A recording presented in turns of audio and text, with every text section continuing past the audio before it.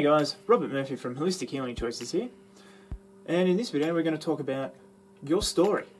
Your story doesn't have to be who you are. Delving into the world of NLP, EFT and all those other holistic therapies which aim to transform and help change and empower you, you get people who get really stuck where they are. Nothing is going to shift them, and there's a couple reasons for that. One, they still believe their story. Their story is still true for them. Now, not to judge these people or anything like that, but they get stuck there. They still believe it's true. Let's say it was a terrible illness like cancer. Those sort of people are the ones that are more likely to bring it back on themselves or get stuck with those symptoms. Even if the disease isn't there, they get stuck with those symptoms once again because they're still living there. It was a brave journey they've come through, but they still have that. Let's say during that time, that's the only time people have ever cared for them or given them that support that they needed to get through that journey. And then when they started to get better, people started to drift away and they were back to not being cared for. So if they exhibit those same signs, symptoms, they start to go back to that place. They start to live that. They start to get that support back. And I mean, once those other people are burnt out, they didn't care about me anyway, sort of thing. That story starts to come in, and then more people take their place. And I see that a lot. I see that so much that people still need to hold on for dear life, sometimes it seems. Now, I mean, there are plenty of other stories that can play out, like being the victim. You're the only one that can take charge of your life. Each and every one of you. If people are victimizing you, maybe it's because they're jerks.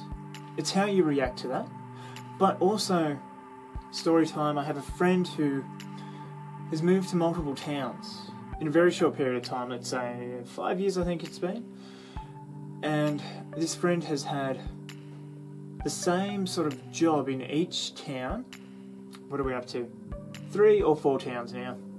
In each town, in each position, they have been bullied, or they perceive others to have bullied them. Now this has led them to self-harm and other things like that as well. You'd think, after a couple times, wouldn't you think, maybe, what am I doing? But no, this person is so adamant in being the victim that they can't get past it. It's who they are. It is a core belief. They don't want to change because they're getting something from it, even though when asking them, like, what do you get from this behaviour? Oh, nothing. I truly don't get anything from it. Maybe it's just them. They don't have to take responsibility for themselves because the world's being so harsh on them. That's what I put this one down to anyway. Like, many cases will be different. Maybe that's the only reason, like, when they're in poor little victim mode, people care.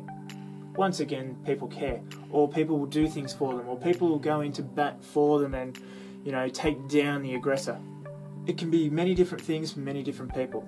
But this one in particular, we did EFT, Emotional Freedom Technique. Tapped out, I'm always the victim, as well as many other things. And this person just looked at me about, not happy, visibly not happy.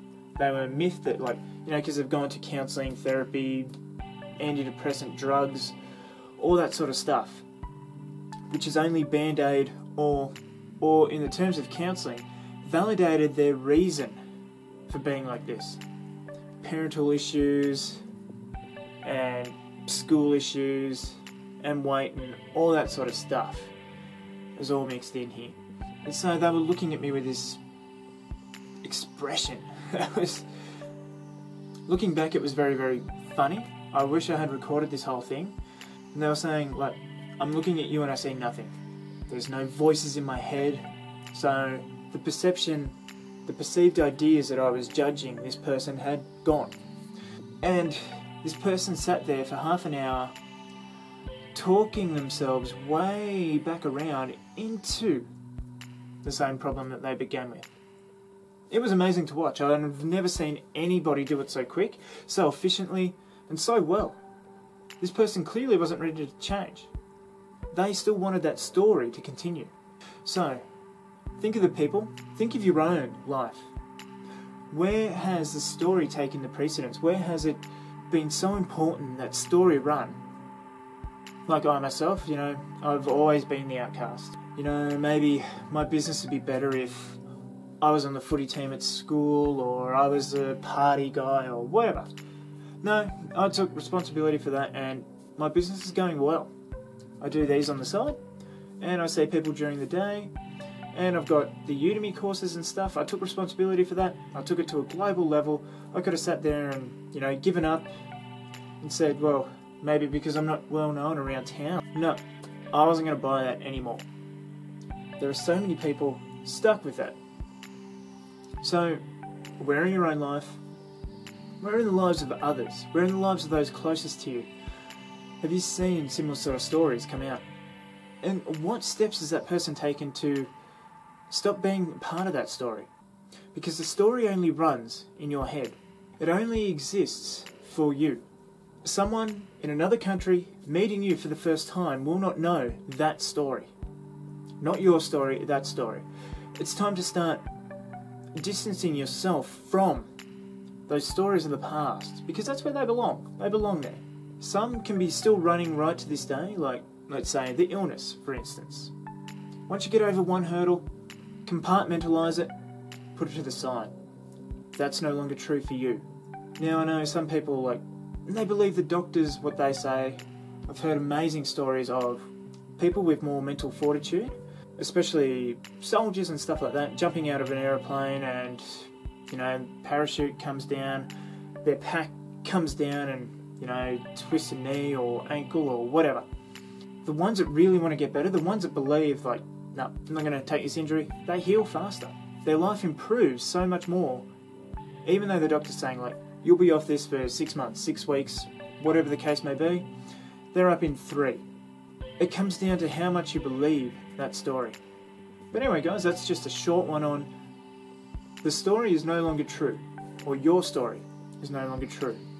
The more you believe it, the more you take action on it, or the more you change your story to a more positive one, like the story of miraculous recovery, or the story of how I gained riches and fame, or whatever you want instantly. The more it becomes true for you. It might be the hard slog. And people look at the stories of others and get, a little bit jealous, like the millionaires, the instant millionaires, let's say. Because the story is Facebook. The story is the Virgin Empire. The story is Trump. But they don't see all the failures or all the trying and all the crap that happened before that. Anyway, guys, that's it for this video. Take care, and I'll see you in the next one.